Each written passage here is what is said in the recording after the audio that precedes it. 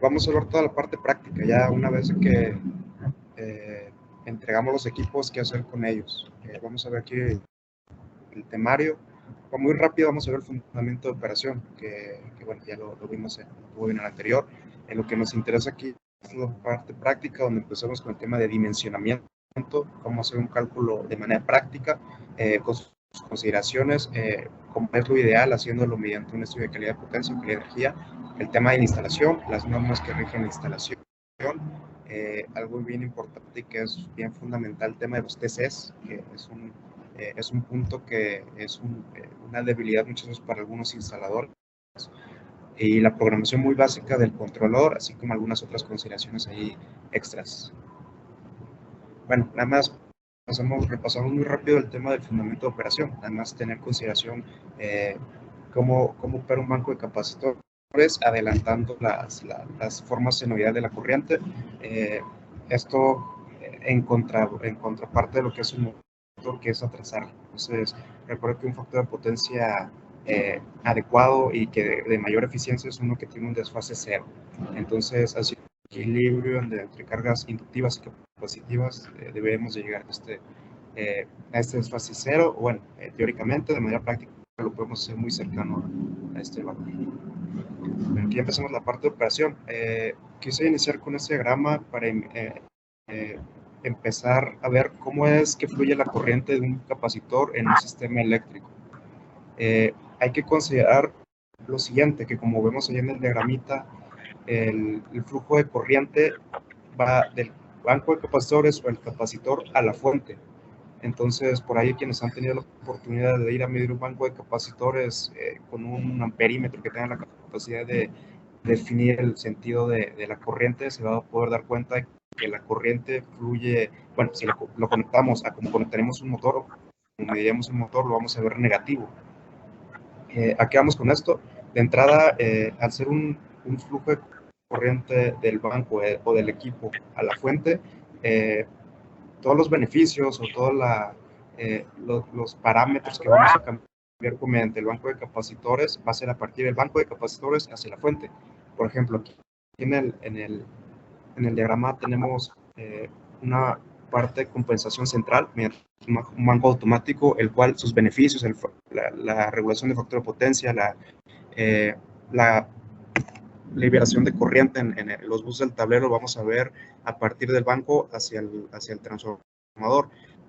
Hacia abajo no vamos a tener nada de esos beneficios. Otra parte es que si compensamos individualmente el motor, todo el bus, o mejor dicho, todo el conductor que va desde el generador hasta el motor, va a tener los beneficios de la compensación de energía reactiva, disminución de corriente y por ende disminución de pérdidas calóricas o por efecto en forma de calor. Muy rápido, recordad que tenemos dos tipos de operaciones, una operación fija y una operación automática. Actualmente, por las regulaciones vigentes, la operación automática es la de mayor tendencia. ¿Por qué? Porque ya debemos de tener una compensación dinámica. Es decir, que con respecto al tiempo, durante toda esa medición o durante todo el periodo de tiempo en que un sistema está operando, debe cumplir con ciertas regulaciones. Recordar muy rápido aquí, tenemos un tema normativo, código de red, y bueno, que ya venía desde hace más tiempo, la penalización por CFE. Muy rápido, recordar, el actual código de red nos está pidiendo un factor de potencia de entre 0.95 a la unidad durante el 95% del tiempo. Recordar, eso es para sistemas o cargas, centros de carga en alta tensión y media tensión arriba de 1 megawatt instalado. Entonces, si nos damos cuenta, ya tenemos ahí un rango en el que podemos movernos ya muy reducido con el factor de potencia. Por eso es que mediante los bancos automáticos podemos hacer regulaciones de manera dinámica. Y por otro lado, cuando tenemos cargas fijas, ya sea, por ejemplo, es raro que un motor esté operando todo el tiempo, pero sí un transformador por lo general es muy raro que lo desconecten cuando sale de operación la carga. Siempre tiene una parte que nos va a requerir potencia reactiva. Ahí es donde podemos seguir aplicando ya sea un banco de capacitores fijo específico para ese transformador, para corregir el factor del transformador en vacío, o mediante alguna solución híbrida, es decir, que dentro del propio banco de capacitores automáticos tengamos una parte o un capacitor, un grupo de capacitores fijos, los cuales nos van a ayudar a compensar estas partes de las que nunca que nunca bajan la potencia reactiva al ser el parte o causadas, mejor dicho, por el transformador. Entonces, aquí en esa parte nos seguimos apoyando de los bancos fijos. ¿Cómo podemos dimensionar? Esto lo vamos a ver desde un punto de vista de seguridad, es decir, con respecto a la resonancia. Por ahí conocemos o hemos escuchado algunas reglas prácticas de por qué, por ejemplo, aquí vemos el primer ejemplo de por qué meterle máximo 10% de los kVAs fijos a un transformador, es decir, de sus kVAs en kVAs. Aquí vamos a hacer un análisis muy rápido de por qué lo podemos hacer. Esto otra vez viéndolo de un punto de vista de la resonancia. Asimismo hay otras ecuaciones mediante las cuales podemos tomar la corriente de magnetización del transformador y nos va a dar otros valores. Pero en esta parte lo vamos a ver en la parte de la resonancia. ¿Qué es la resonancia? Recordar que un sistema entra en resonancia cuando la impedancia es mínima. ¿Qué nos causa esa impedancia mínima? Una frecuencia de resonancia, que en este caso es la que vamos a calcular y ver en qué niveles armónicos o en qué frecuencias de corriente van a estar presentes. Por ejemplo, en el primer caso vamos a considerar un 10% del transformador. Para ejemplo, consideramos un transformador de 1000 kVA, una impedancia del 5%. Le vamos a conectar un banco de capacitores de 100 kVA. Aplicamos la operación de resonancia. Ese valor de 14.14, perdón, es el orden armónico. Que recordar, las armónicas son múltiplos de nuestra frecuencia fundamental, que en México son los 60 Hz.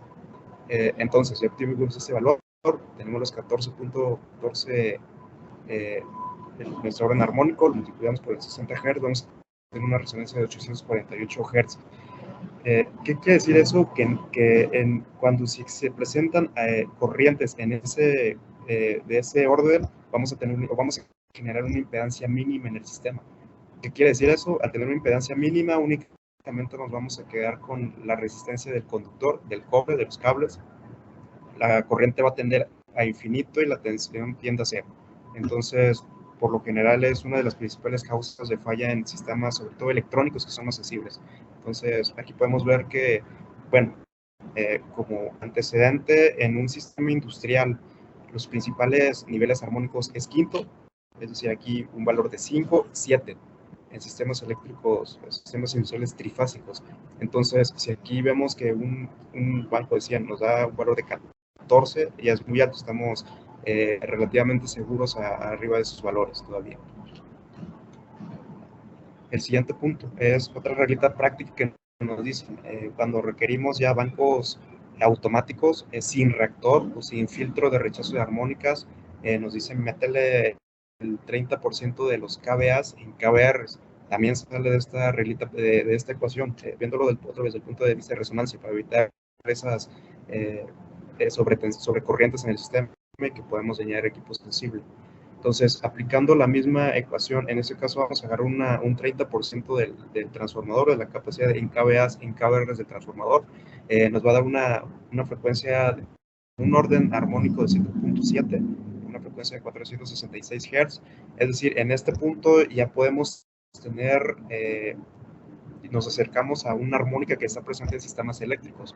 Entonces, es importante aquí que el equipo sea automático, porque rara vez, bueno, no siempre va a ser una carga que vamos a tener conectado todo el tiempo, sino que va a ser variable.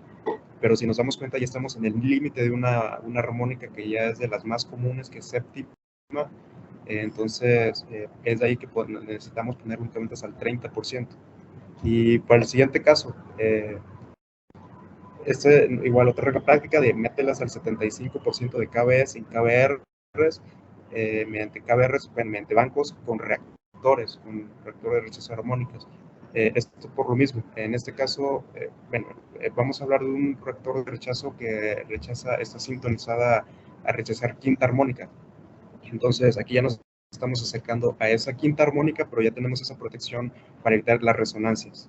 Entonces, bueno, que es un poquito, además, tema de dimensionamiento, sobre todo de precaución, por eso es que lo quise incluir aquí para evitar esas resonancias, las cuales son causantes no solo del daño de electrónica sensible, sino de los mismos bancos, equipos que no tienen protecciones internas en los capacitores pueden explotar, el transformador se puede dañar también por esas sobrecorrientes, entonces es importante tomar esos temas. Y bueno, aquí de cualquier manera aquí viene el resumen de esas reguitas prácticas que por ahí escuchamos de metales 75, un 30%, un 10% en fijos, etcétera. Pues aquí ya lo tenemos en resumen.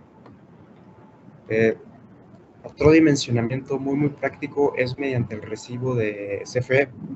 Si bien no va a ser tan confiable como un estudio de calidad de energía, esto normalmente lo podemos usar de manera muy prácticas, sobre todo cuando son cargas muy constantes, es decir, que las variaciones de equipos que están operando no existe tanto diferencial. Hay que tener cuidado también aquí con el tema de cómo calcula CFE el factor de potencia. Recuerda que CFE lo hace mediante energías. Entonces, para el dimensionamiento de bueno, me refiero a energías, el acumulado de energía que se va haciendo, es decir, en kilowatts hora y kVAR horas.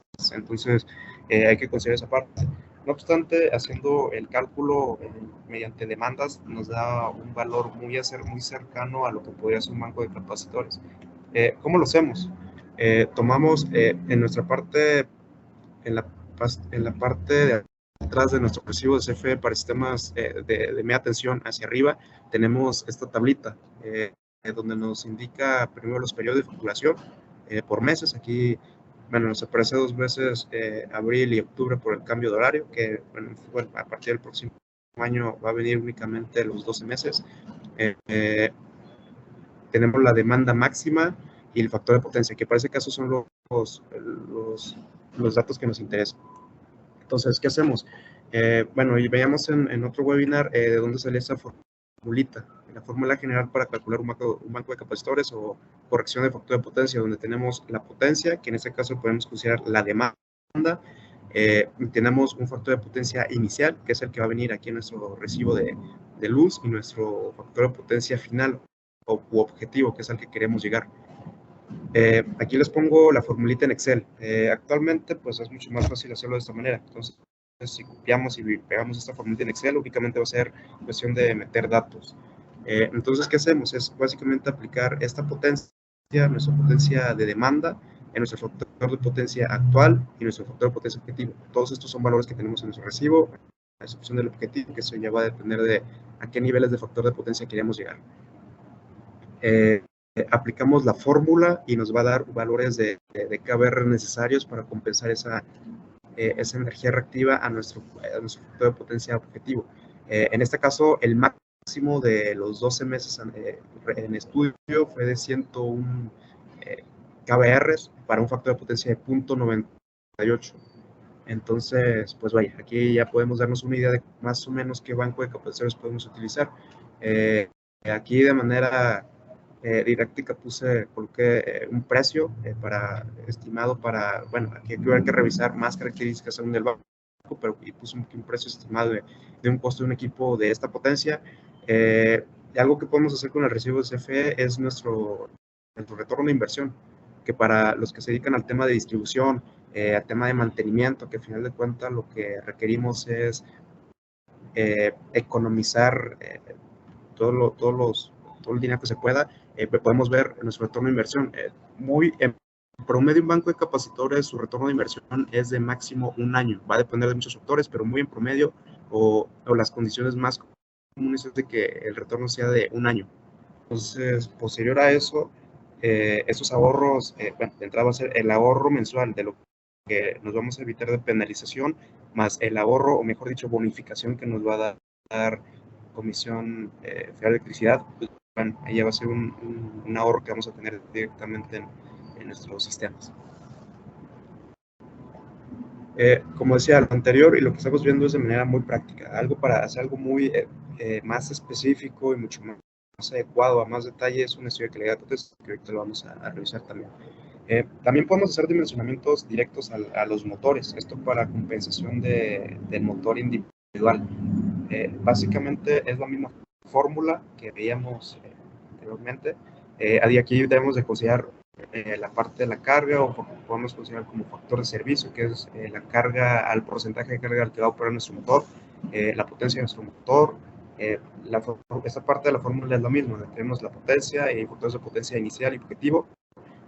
Por lo general los motores lo tienen en placa de datos su factor de potencia inicial o factor de potencia nominal, y hay que considerar la eficiencia del motor también, para tener ahí las consideraciones más adecuadas. Entonces, para este caso, un motor de 50 HP nos requirió poco más de 15 kbr.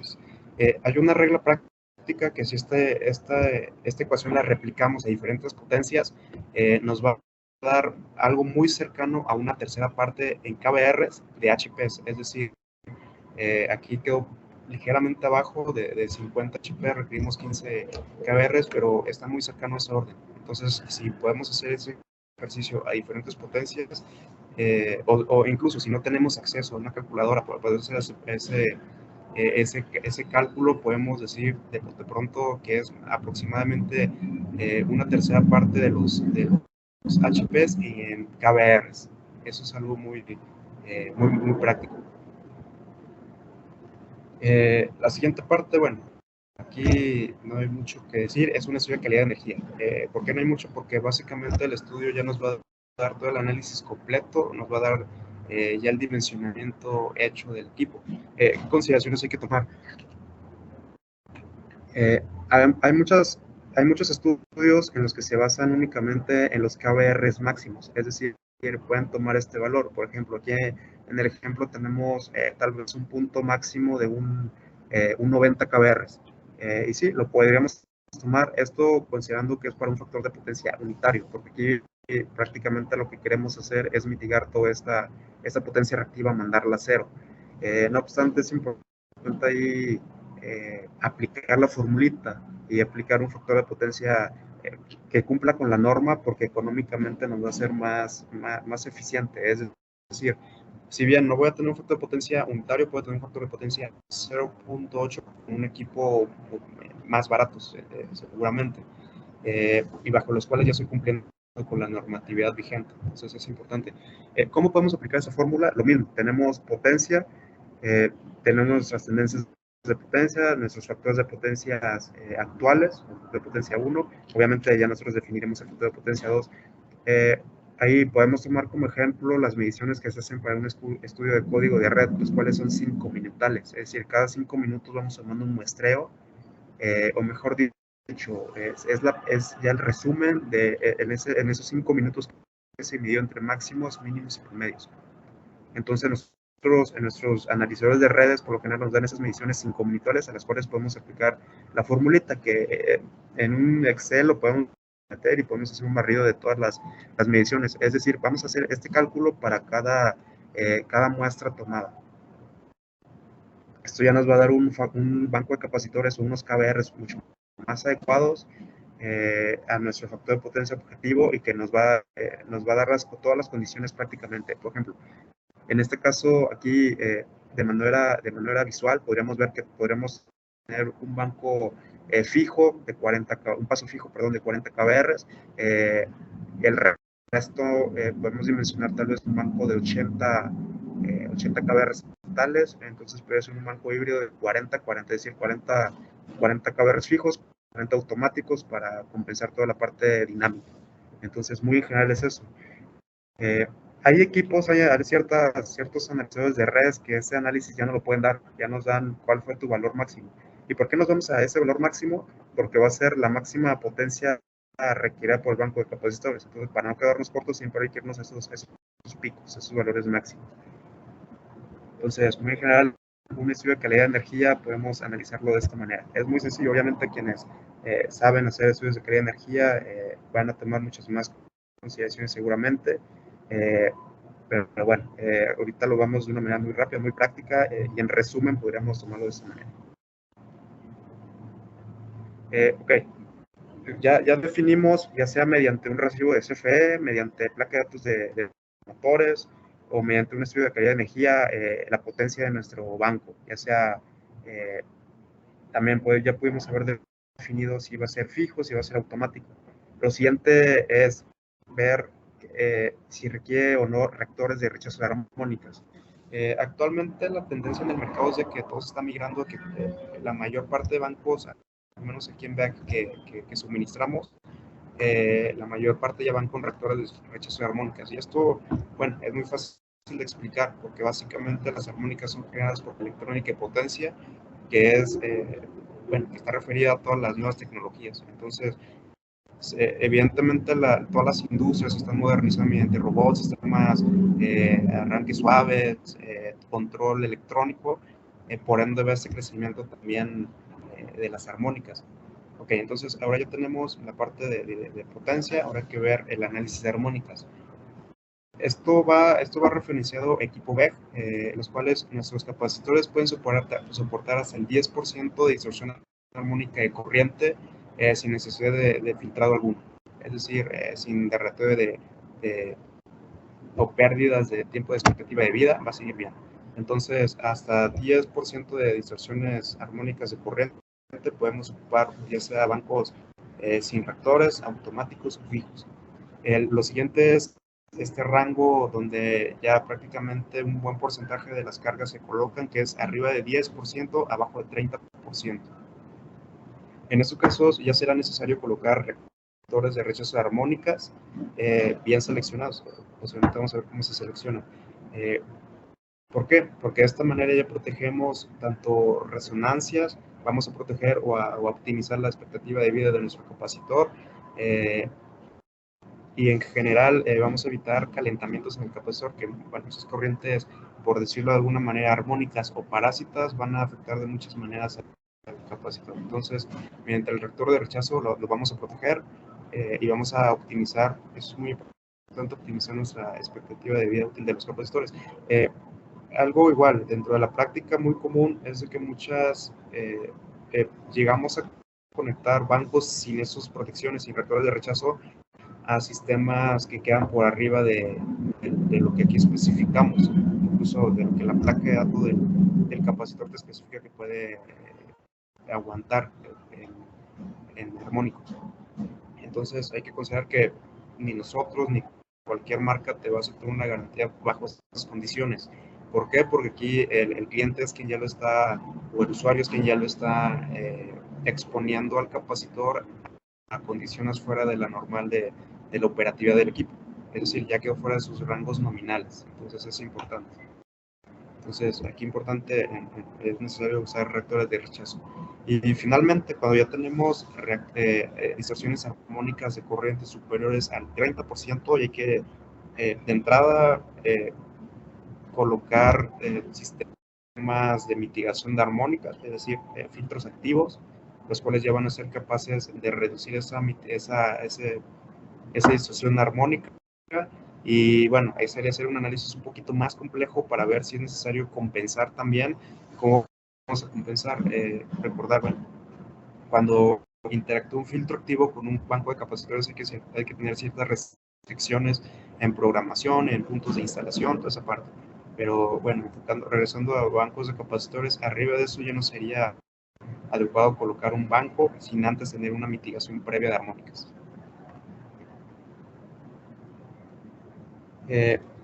Ya revisamos las armónicas totales de corriente. Aquí otro punto que nos va a definir qué vamos a requerir para nuestro banco es qué armónicas son las que están, que predominan más en nuestro sistema.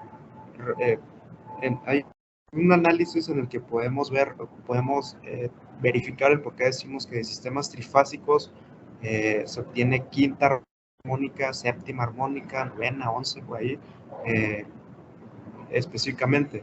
No obstante, para sistemas monofásicos podemos llegar a tener sistemas de tercera armónica, donde predomina tercera armónica. Bueno, este análisis, pues hay otro webinar donde podemos revisar, pero en resumen es eso: sistemas trifásicos nos generan quinta armónica hacia arriba, sistemas monofásicos nos generan tercera armónica hacia arriba, obviamente considerando que existe rectificación o electrónica de potencia. Ahora bien, ¿cómo podemos recordar? Hay dos tipos de reactores de rechazo de armónicas muy comunes. realmente decimos que es al 7% y al 14%. ¿De dónde sale eso? Esa es una diferencia, una relación de impedancias capacitiva e inductiva. Hacemos ahí una división, nos va a salir ese 7 o ese 14%. Ahora bien, el 7%, que es el más común, ¿y por qué es el más común? Porque la aplicación es específica para sistemas trifásicos, que son los más comunes industrialmente. Una quinta armónica, recordad, son múltiplos de nuestro fundamental, nos generaba 300 Hz de corrientes armónicas, que es esta distorsión. Una quinta armónica de 5 veces nuestra forma de onda senoidal de 60 Hz, entonces nos genera esa deformación. Entonces, lo que hacemos nosotros es sintonizar nuestros reactores que sean adecuados para rechazar ese tipo de armónicas, ese orden de armónicas. Lo mismo pasa al 14% para sistemas monofásicos, que son un orden armónico de tercero, multiplicado por 60 Hz, vamos a tener 180 Hz. Es decir, queremos rechazar todas las corrientes de 180 Hz en adelante. ¿Cuándo podemos seleccionar ese reactor de rechazo de tercera armónica o al 14%? Evidentemente, cuando predomina tercera armónica, es uno de los casos, y el segundo caso es cuando tercera armónica es igual o superior al 20% con respecto a quinta armónica, que es la segunda más común. Entonces, si aquí tuviéramos un 20% de tercera armónica con respecto a quinta, ya sería necesario meterle un reactor de rechazo de 160 Hz o al 14%.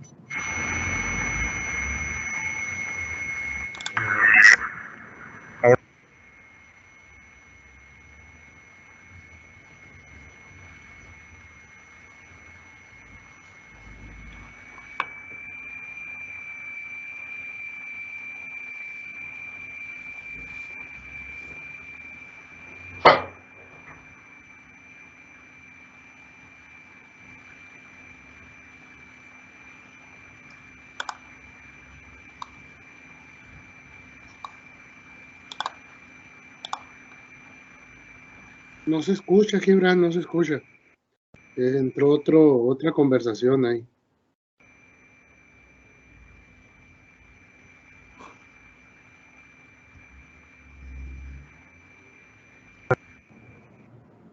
A ver, listo, allá me pueden escuchar. ¿Sí? Ok. Ya se escucha. Ya se escucha. Había entrado como que otro micrófono. Sí. Bueno, regresamos aquí a la presentación. En esa diapositiva se empezó, ¿no?, a perder. Y vi que estabas exponiendo algo. Yo creo que ahí te vas a tener que regresar. Sí, lo vemos desde acá. Comentaba. Para un reactor de rechazo de 7% vamos a rechazar 300 Hz. Entonces, nosotros debemos de generar una impedancia a esas frecuencias poco antes, es decir, en nuestro caso lo hacemos a 228 Hz.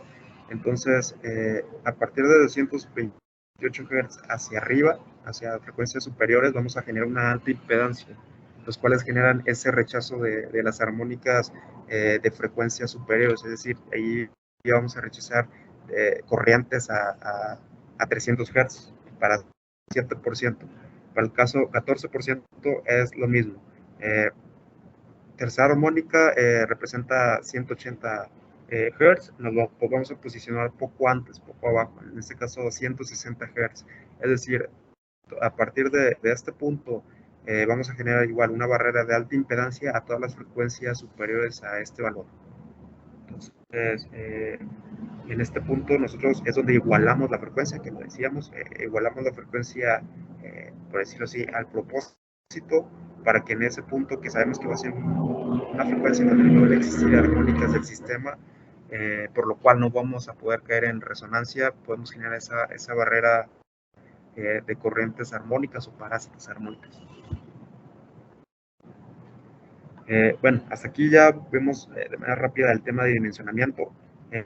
Vamos a pasar a algo bien importante, bien interesante, que es el tema de la instalación de bancos de capacitores. De entrada no podemos saltarnos la norma, que es la 001 de Secretaría de Energía, que es referente a instalaciones eléctricas. Hay un artículo específico para sistemas capacitivos o capacitores, que lo vemos, donde aquí nos interesan 3 puntos. Solo vamos a ver en esta diapositiva, posiblemente vamos a ver uno más. El primero es la capacidad de conductores y protecciones. La norma nos indica que tanto protecciones como conductores que vamos a usar para cargas capacitivas deben estar dimensionadas a no menos del 135% de la corriente nominal del equipo, de los sistemas. Entonces, eso es importante considerar. ¿Por qué se requiere eso? Recordar que un capacitor genera corrientes de input, entonces estas son superiores a la corriente nominal, entonces hay que soportarlo. Pero bueno, regresando a esta parte, todos los sistemas de conductores, de protección, de desconexión, deben ser dimensionados a no menos del 135%. Eso es importante considerar. Obviamente, ya podremos meternos a temas de equipo adecuado para cada caso. Desde fusibles adecuados, si es que vamos a usarlos, interruptores adecuados, con la capacidad interruptiva adecuada, etc. Lo mismo, recordar aquí ya podríamos meter otra norma en el tema de conductores, si lo vamos a hacer en una canalización, si va a estar al intemperie o al aire libre, entonces ya se toman diferentes ahí consideraciones de dimensionamiento, pero muy específicamente para capacitores es esta parte. Bueno, esto no lo podemos sacar más, básicamente es relativamente fácil instalar un banco de capacitores, es montarlo, colocarlo en su posición y conectarle la potencia que bajo lo que comentamos, bueno, debe estar adecuado. Lo siguiente, y donde muchas veces es de los principales problemas en la instalación de un banco, y más que en la instalación, para que no tenemos las señales adecuadas del control para los bancos, es la instalación de los transformadores de corriente o TCs. De entrada hay que revisar esos 3 puntos. Es dónde vamos a colocar el equipo, el TC, polaridad y secuencia. Bueno, empezamos con dónde va el punto de dónde vamos a hacer la medición de corriente. Primero revisamos los 2 casos erróneos. El primero es que el TC se coloque en la propia alimentación del banco. Evidentemente un TC es específico para bancos automáticos. Entonces, si nosotros hacemos este arreglo en este punto, vamos a tener 0 corriente, a menos que tengamos internamente un paso fijo. Pero bueno, no es tan común en un banco convencional estándar de automático. Bajo estas condiciones, el equipo no opera. ¿Por qué? Porque aquí no está recibiendo ninguna señal de corriente. Tenemos otro caso, que es cuando únicamente conectamos los TCs o estamos sensando únicamente la corriente de las cargas de los motores. ¿Qué pasa en esos casos? El controlador, el cerebro del banco, no está considerando la potencia reactiva que se está inyectando. Entonces, únicamente está leyendo corriente inductiva, por lo cual va a sobrecompensar muy seguramente el sistema. ¿Esto qué se refiere? A que vamos a meter todos los pasos cuando muy seguramente no son tan necesarios, porque no estamos viendo aquí el flujo de corriente, como lo vimos en un inicio, que va del banco al transformador. En este punto no estamos leyendo esta corriente que fluye del banco. Entonces, también es importante. Y lo adecuado es esto, conectarlo en un punto aguas arriba del nodo donde se una tanto carga como los capacitores. ¿Eso por qué? Porque aquí sí ya vamos a tener la corriente o potencia reactiva e inductiva y vamos a también estar sensando la potencia reactiva e inductiva. Es decir, ni nos vamos a quedar cortos porque ya estamos leyendo el banco y tampoco vamos a sobrecompensar porque estamos haciendo ese equilibrio. Aquí ya estamos viendo el equilibrio entre potencias reactivas. Entonces, eso es un punto bien importante a considerar. El siguiente punto es la polaridad en el que colocamos los TCs. Aquí incluso pongo los ejemplos de un TC siempre va a tener 2 caras o dos partes, parte 1, parte 2, otros le ponen S1, S2, A y B. ¿A qué se refiere? Siempre S1, la parte A o la parte 1, P1, siempre va a ir a nuestro transformador o nuestro generador. y siempre la parte 2, S2, la cara 2 o secundaria, por decirlo de alguna manera, siempre va a ir a la carga. Y eso es un dato que viene en todos los TCs, en todo tipo de TCs, tipo ventana impartida, tipo dona, etcétera. Incluso los electrónicos también. Esos electrónicos que son sondas flexibles también tienen su polaridad, donde siempre vamos a ocupar esa regla de que la parte 2, hay otros que traen flechitas, hacia donde apunte las flechitas, hacia donde va a ir la carga. Entonces es importante. ¿Qué pasa si nosotros colocamos un TC al revés? No va a operar el equipo, porque va a tener mediciones erróneas. Entonces esa es otra parte a considerar. Y por último vamos a ver la parte de la secuencia, lo que mencionábamos. También es importante que si estamos leyendo, si ya tenemos bien referenciado línea 1, 2 y 3, los TCs vayan referenciados al equipo también mediante fases 1, 2 y 3. ¿Por qué? Porque si hacemos un cambio, por ejemplo, aquí podemos ver los ejemplos. Si por ejemplo, tenemos aquí referenciado nuestro profesor de tensión y lo tenemos referenciado, o en ese caso conectamos el TC que realmente está en fase 2, este pasor referenciado a fase 1 lo vamos a tener prácticamente más de 180 grados, algo que, bueno, casi 180 grados, mejor dicho, más de 90 grados. Entonces, recordar un sistema inductivo o capacitivo por el ángulo máximo va a ser de 90 grados, entonces aquí ya referenció mal. Igual, vamos a aprovechar y vemos el tema de la polaridad. Si conectamos un TC al revés, por ejemplo, podemos tener muy bien la secuencia de fases. Fase 1, el TC lo colocamos al revés, lo vamos a ver de esta manera. Entonces aquí sí ya tenemos un ángulo mayor de 180 grados. Entonces también no opera el equipo, no va a tener esas referencias adecuadas del ángulo. Recordar que un controlador de efecto de potencia se basa en ángulos, no vamos a tener un ángulo adecuado para poder compensar.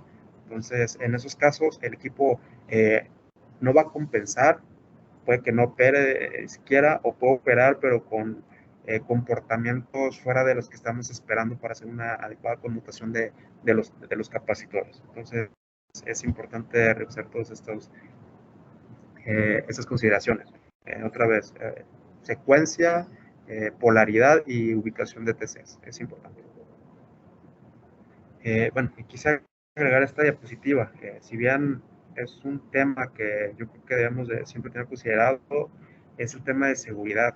Pues cuando tenemos TCs instalados, sobre todo cuando tenemos instalados TCs en líneas vivas. Muy rápido, ¿cuál es el funcionamiento de un TC? Tenemos una corriente inductora, internamente tiene bobinados, los cuales se inducen, entonces nos genera una corriente inducida, la cual, bueno, debe cerrar un circuito. Aquí ya tenemos flujo de corriente, entonces debe regresar a su fuente, como es un análisis de circuito básico. ¿Qué pasa si dejamos un TC abierto? Seguimos teniendo corriente inductora, seguimos teniendo corriente inducida, pero ahora no tenemos esa vía para cerrar el circuito. ¿Qué pasa aquí? Podemos generar arcos eléctricos, porque va a llegar el punto donde se va a romper la rigidez eléctrica, en este caso del aire, que es el medio por el que vamos que van a fluir la corriente, los electrones. ¿Por qué? Porque la corriente siempre va a buscar regresar a su fuente, siempre va a buscar cerrar ese sistema. Entonces hay que tener mucho cuidado cuando instalamos TCs con líneas vivas. Es importante esta parte. Bueno, la parte de instalación, muy rápida la revisamos. Podemos pasar al tema de la programación básica de un controlador. Lo vamos a hacer muy general. Bueno, aquí una pequeña de los controladores que tenemos. Recuerda, tenemos un portafolio desde el más sencillo, un monofásico de 8 pasos, hasta uno con medición trifásico de 24 pasos. ¿A qué se refiere el tema de monofásico? Trifásico es meramente la medición. No tiene que ver que vamos a compensar un sistema monofásico o trifásico. No hay diferencia. Lo que sí diferencia es el tipo de medición.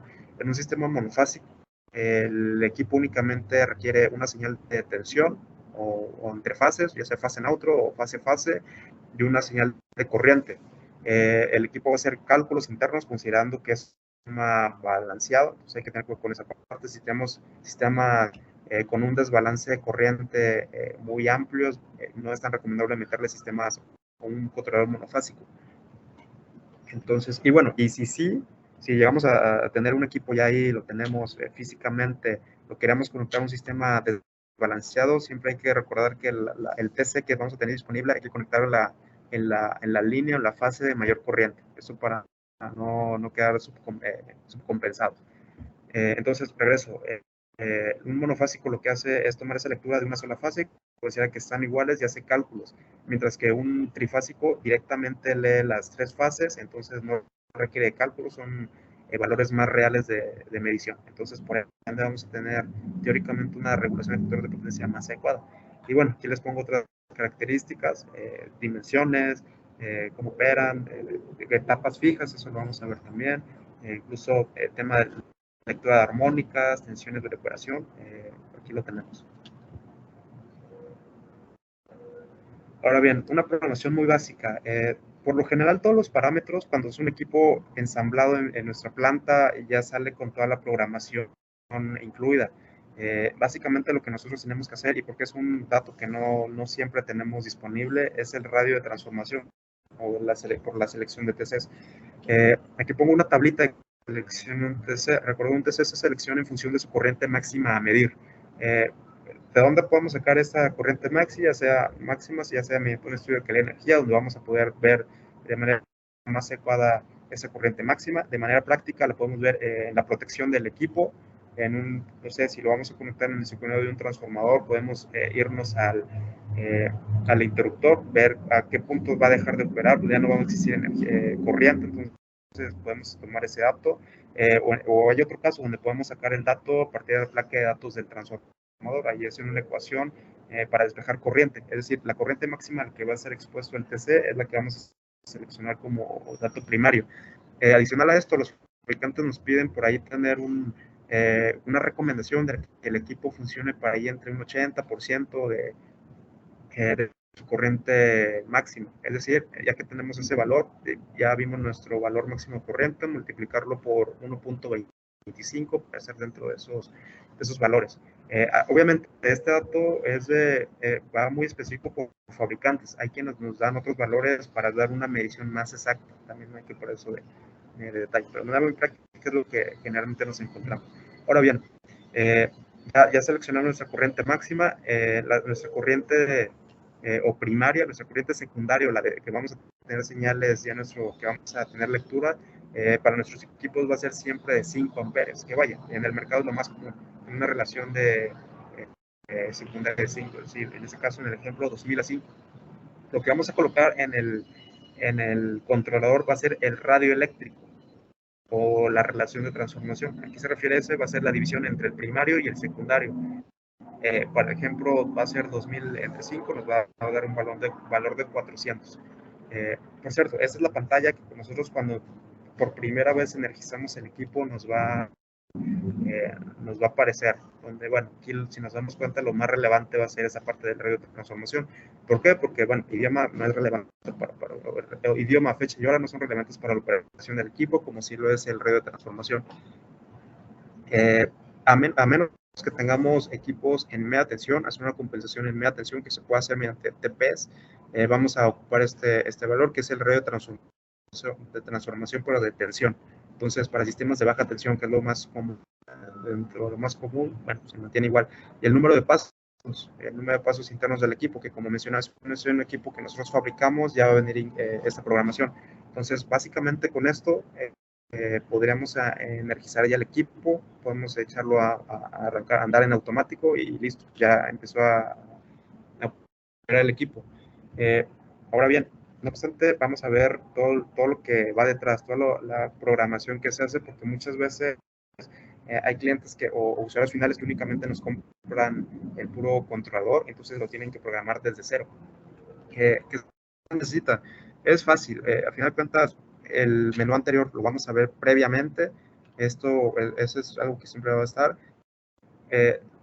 Nuestro equipo tiene una ventaja, tenemos una parte donde nosotros manualmente podemos meter las potencias de los pasos internos, es decir, esto nos ayuda a poder diseñar equipos con pasos fuera de los estándar, no sé, pasos desde 1.5 kbr hasta 50 kbr en un mismo equipo, sin necesidad de tener alguna restricción. Entonces, esto evidentemente nos genera una mayor regulación del factor de potencia. Eso es importante. Por otra parte, lo que hasta hace unos años era muy común, incluso otras marcas lo siguen haciendo de esa manera, es mediante las estructuras de pasos. ¿A qué se refiere eso? Vamos a tener una potencia base, un paso base, que va a ser el primero, y a partir de ahí vamos a tener que considerar múltiplos de este paso. Es decir, por ejemplo, aquí en la estructura 1-1-1 se refiere a que vamos a tener pasos múltiplos de 1. Entonces, en ese caso tenemos un banco de, por ejemplo, 40 kbps. En el caso que ya tuviéramos la estructura 1-1-2-2, ya es que aquí ya van múltiplos. Entonces aquí ya tenemos 2 pasos de 10 más 2 pasos de 20, y así sucesivamente. Entonces, es importante conocerlo. Evidentemente, aquí nos restringe un poquito el hecho de poder meter pasos de diferentes potencias. Es una regulación un poquito más precisa de ser necesaria.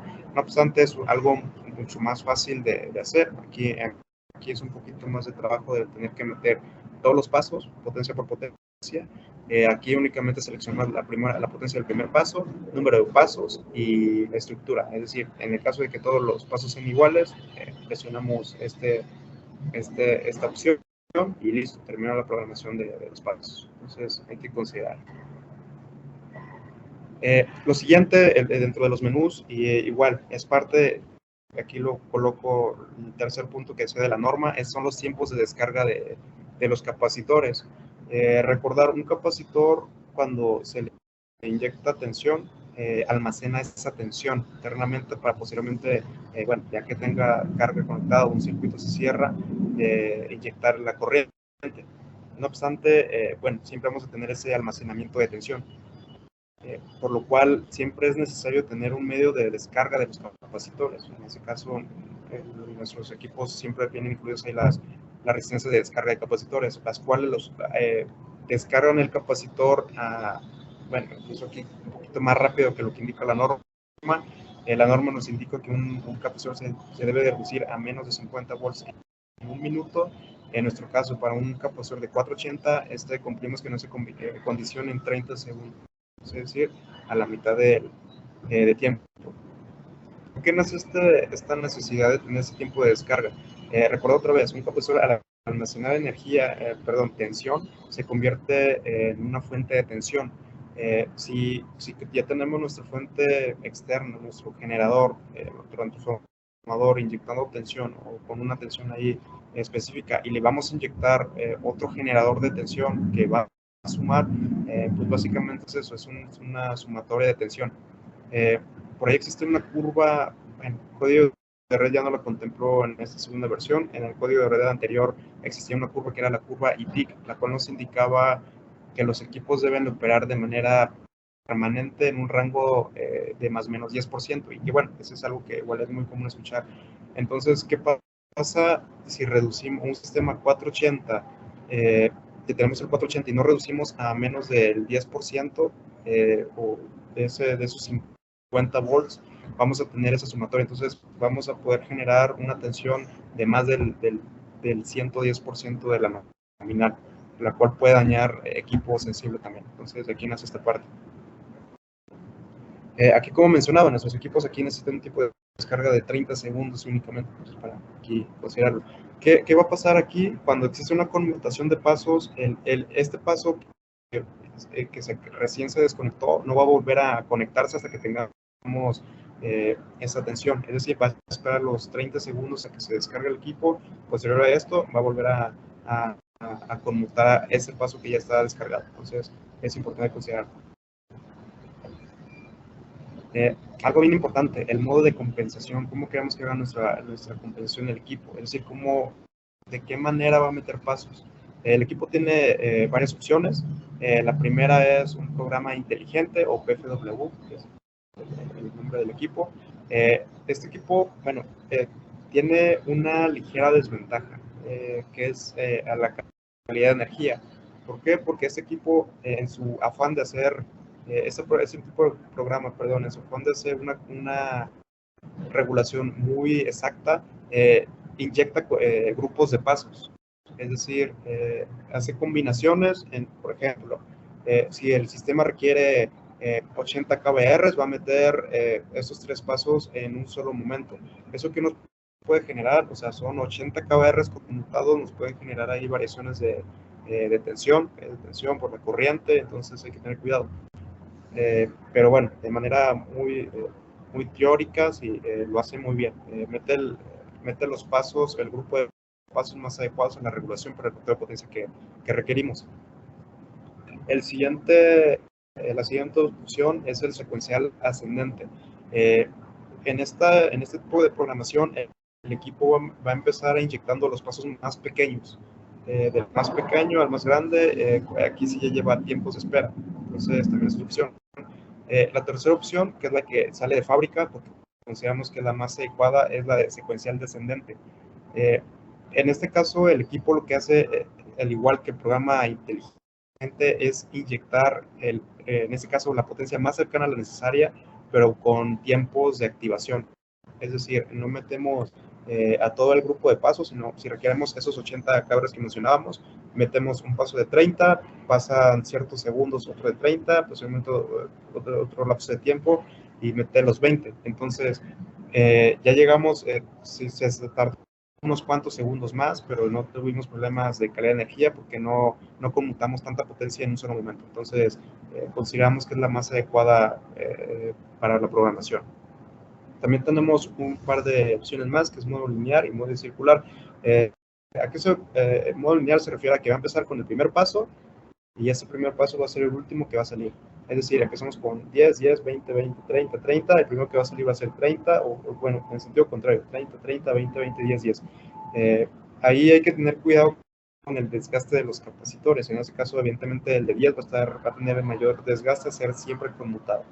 Tener cuidado. Las primeras tres, lo que falta mencionar, las primeras tres opciones, todo el tiempo van a tratar de hacer un equilibrio entre los pasos que conmutan. Es decir, si ya se detectó que el segundo paso ya entró muchas más veces, lo va a hacer con el primero o al revés.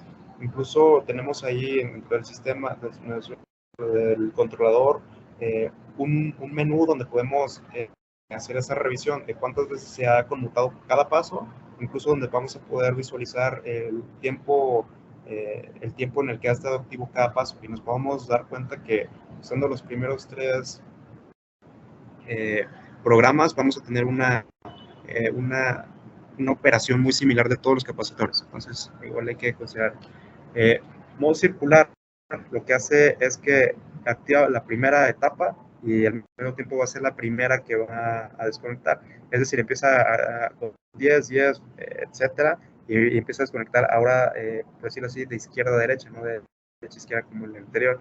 Aquí podríamos decir, tenemos una degradación de los equipos más pareja, una expectativa de vida más pareja, no obstante, pues igual va a depender de, la regulación no va a ser tan exacta como los anteriores. Y finalmente, el programa manual, que básicamente es nosotros mediante el display del equipo, mediante los botones del equipo, meter manualmente, hacer las conmutaciones de los pasos. Entonces también es importante aquí, bueno, eso normalmente lo podemos usar para pruebas, para una puesta en marcha, hacer mediciones puntuales, etcétera. Podemos usar el programa manual. Y entramos a un menú que creo que es el más interesante, que es la parte de compensación, porque aquí vamos a definir cómo queremos que compense nuestro equipo. Bueno, el programa anterior es parte de este, aquí lo vemos. También tenemos la parte de objetivo 1, hay unos que vienen en inglés, target 1, donde nos va a indicar qué factor de potencia vamos a querer que tenga el sistema.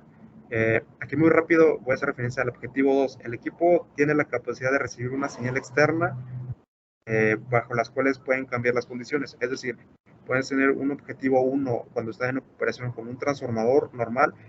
Si existe por ahí un apagón y tenemos un generador, mediante la transferencia lo pasamos al objetivo 2. Recuerda, durante las transferencias o los generadores nos pueden mandar señales de tensión, los cuales en la parte positiva del equipo lo podemos conectar, entonces ya va a operar bajo otras condiciones. No son sistemas tan comunes, entonces regresamos, nos enfocamos en objetivo 1. Aquí lo que vamos a hacer va a ser colocar el factor de potencia al que queremos que llegue. Que si nos vamos a norma actual, por ejemplo, código de red, debe ser de no menos de 0.95 en un sistema de alta tensión, por ejemplo. Entonces, aquí lo que hacemos es colocar nuestro factor de potencia objetivo. Aquí tenemos un ejemplo de un punto 98. Entonces, a partir de aquí, el equipo ya va a saber qué tanta potencia reactiva capacitiva va a tener que inyectar para compensar a este valor. El siguiente menú son los límites inferiores y superiores a ese factor de potencia. ¿A qué se refiere esto? Nosotros le vamos a dar unos valores. Por ejemplo, aquí el ejemplo lo tenemos de 0.002. Entonces, vamos a poder operar, si nosotros registramos factores de potencia entre 0.982 y 0.978, en este rango de operación, el equipo no va a tener necesidad ni de sacar pasos ni de inyectar más potencia reactiva. Evidentemente, si ya empezamos a observar factores de potencia más arriba o más abajo, ya sea más arriba va a tener la necesidad de sacar pasos, si lo hace más abajo va a tener la necesidad de inyectar más pasos. Entonces, es nada más dar qué tan fino queremos compensar nuestro sistema. Lo siguiente es el tiempo de activación y desactivación. ¿Cómo funciona este equipo? Mediante las señales de TCs y tensiones, el equipo hace el procesamiento de manera muy rápida de qué tanta potencia requiere. A partir de que recibe esa señal, da la instrucción internamente de cuántos pasos requiere meter. Entonces, aquí en este caso le estamos indicando que a partir de que ya tiene la lectura de tensión, corriente y potencias, 10 segundos después va a empezar a meter pasos. Esto sí va a depender de sistema a sistema. Aquí lo estamos haciendo con un banco convencional con contactores, el cual podemos meter KVRs en un lapso de tiempo X si es un poquito relativamente rápido el requerimiento de la compensación. Si no lo es tanto, podemos hacerlo en el doble de tiempo y compensamos de manera adecuada. Muy rápido es aquí el tema de los bancos tiristorizados. Un banco tiristorizado lo va a hacer en órdenes de milisegundos, incluso lo hace en órdenes de ciclos. Entonces, esta parte lo quiero sacar un poquito aquí porque es muchísimo más dinámico que lo que estamos viendo actualmente. Básicamente, un banco tiristorizado nos puede hacer esa sin causar lo que decíamos anteriormente en el programa inteligente, sin causar fallas en calidad de energía, o sea que existan picos de corriente y caídas de tensión por esa conmutación muy rápida. Por ahí, bueno, algo en la anterior explicamos el porqué de esto, de por qué existe un cruce de onda por cero, entonces no vamos a afectar a la red. Entonces, esa parte es la del tiempo de activación y desactivación, donde nosotros lo podemos definir en función de qué tan rápido se mueven nuestras cargas. También aquí vemos otro que un menú que es muy común, es el tema de etapas fijas. ¿A qué se refiere eso? Como comentamos anteriormente, muchos sistemas requieren la compensación del transformador en vacío. Muchas veces no se hace este dimensionamiento o esa selección desde un principio de una etapa fija o de un banco de capacitores fijo externo. Una prestación que tenemos con nuestros controladores es que nosotros podemos definir hasta 3 etapas fijas, las cuales van a estar compensando la carga fija. Si nos damos cuenta, esa es la gráfica que venimos en un inicio, la cual tiene una parte fija. Entonces, en este caso, nosotros ya seleccionamos ciertos pasos para compensar esa parte fija, la cual va a estar, por decirlo de alguna manera, conmutada permanentemente y no vamos a tener necesidad de colocar equipo adicional, mientras que la parte automática, el resto de pasos los mantenemos automáticos, vamos a poder compensar las cargas variables. Entonces es importante también tomar en cuenta que en caso de que se nos haya pasado no considerar la parte fija para el equipo en vacío, nosotros lo podemos hacer con el equipo que ya tenemos. Y bueno, aquí ya terminó la parte de programación, le digo, es algo muy básico. Nos pasamos al tema de consideraciones adicionales. Bueno, esto tal vez ya es un poquito, ya no se ocupa tanto porque nuestros analizadores de red ya son capaces de revisar cómo se comporta el factor de potencia en presencia de armónicas, es decir, ya considera el factor de potencia adicional o más bajo que nos va a generar la presencia de armónicas. Pero bueno, lo explicamos de manera muy rápida. Cuando tenemos un sistema en presencia de armónicas, en vez de tener nuestro triángulo de potencias, vamos a tener ya una pirámide, porque vamos a tener un vector más. ¿Por qué? Porque la distorsión armónica de corrientes son corrientes adicionales a nuestras nominales o a las que esperamos. Entonces, estos también tienen un desfasamiento, el cual evidentemente nos va a generar un desfasamiento final total más amplio. Podemos hacer el cálculo mediante esta formulita, donde vamos a considerar la distribución armónica que tenemos en el sistema de corriente, nuestro factor o coseno, nuestro ángulo actual, factor de potencia actual, y aplicamos la fórmula. Aquí vemos un ejemplo un poquito con armónicas altas, las cuales nos indica que de un factor de potencia ya bajo de 0.8 lo vamos a bajar a todavía un poquito más a 0.76 cuando tenemos esta condición. Entonces es importante considerar.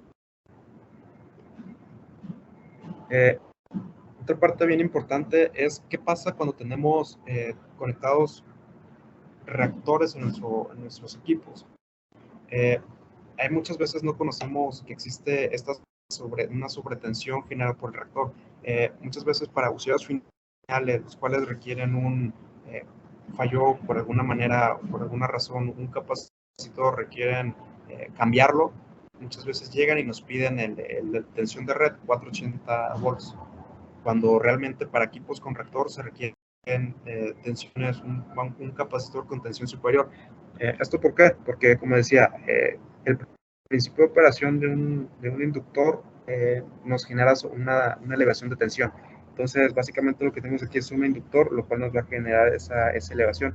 ¿Cómo podemos saber qué tanta elevación vamos a tener? Vamos a ocupar esa formulita. Tenemos la tensión de nuestra red. En este caso, aquí ya tenemos el ejemplo 480. La tensión a la que va a operar el capacitor, obviamente, y una resta de una unidad menos el porcentaje de, recordar que teníamos al 7 o al 14%, o el factor de sintonización. Entonces, en este caso, un sistema 480 con reactores al 7%, si obtenemos el valor de tensión resultante, nos va a dar 516 volts. Entonces, si nosotros exponemos un capacitor de 480 volts a esa tensión, su tiempo de vida útil se va a ver disminuida de manera muy considerable, por lo cual nosotros, bueno, en general la mayoría de fabricantes ocupamos ya capacitores de 525 volts, que es ya un poquito más, un estándar ya de capacitores. Entonces, bueno, aquí es importante considerar esta parte. En resumen, si tenemos reactores, no le podemos meter capacitores de la tensión de red, debe ser de una tensión superior. Otro temita es el tema del derrateo de potencias o caídas de potencias a causa de la tensión.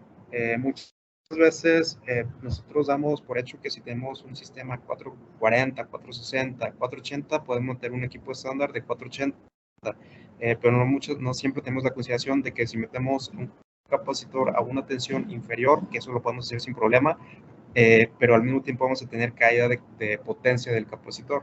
Por ejemplo, que vaya, es el famoso derrateo, esa fórmula seguramente algunos ya la conocen, donde consideramos la tensión del sistema, la tensión nominal del equipo y la potencia que queremos derratear. En ese caso, si llegáramos a conectar un banco de 100 kVR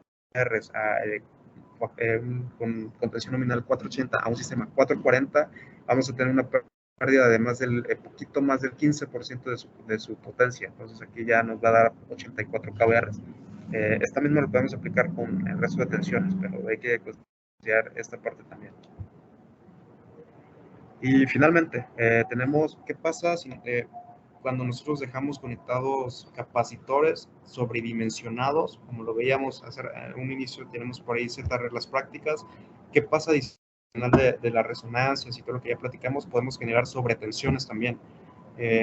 Existe esta ecuación, la cual nos indica cuál va a ser ese diferencial de tensión en función necesitamos ahí tener como dato la impedancia del transformador, la potencia reactiva que vamos a conectar y la capacidad de encabes del transformador. Aquí el ejemplo que tenemos, por ejemplo, ya tenemos un banco de capacitores de 600 kVR, ya es muy grande para 750 kVA, 480, 7% de impedancia.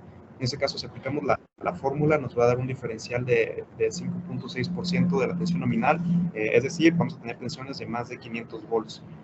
Recordar, existen sistemas electrónicos muy sensibles que ya requieren rangos de operaciones de más o menos 3%, más o menos 5%. Entonces, si ya los conectamos en en este sistema con esas condiciones, pues evidentemente se va a dañar. Entonces hay que tener esa consideración final. Y bueno, ese es el última diapositiva, entonces si quieren podemos empezar con preguntas.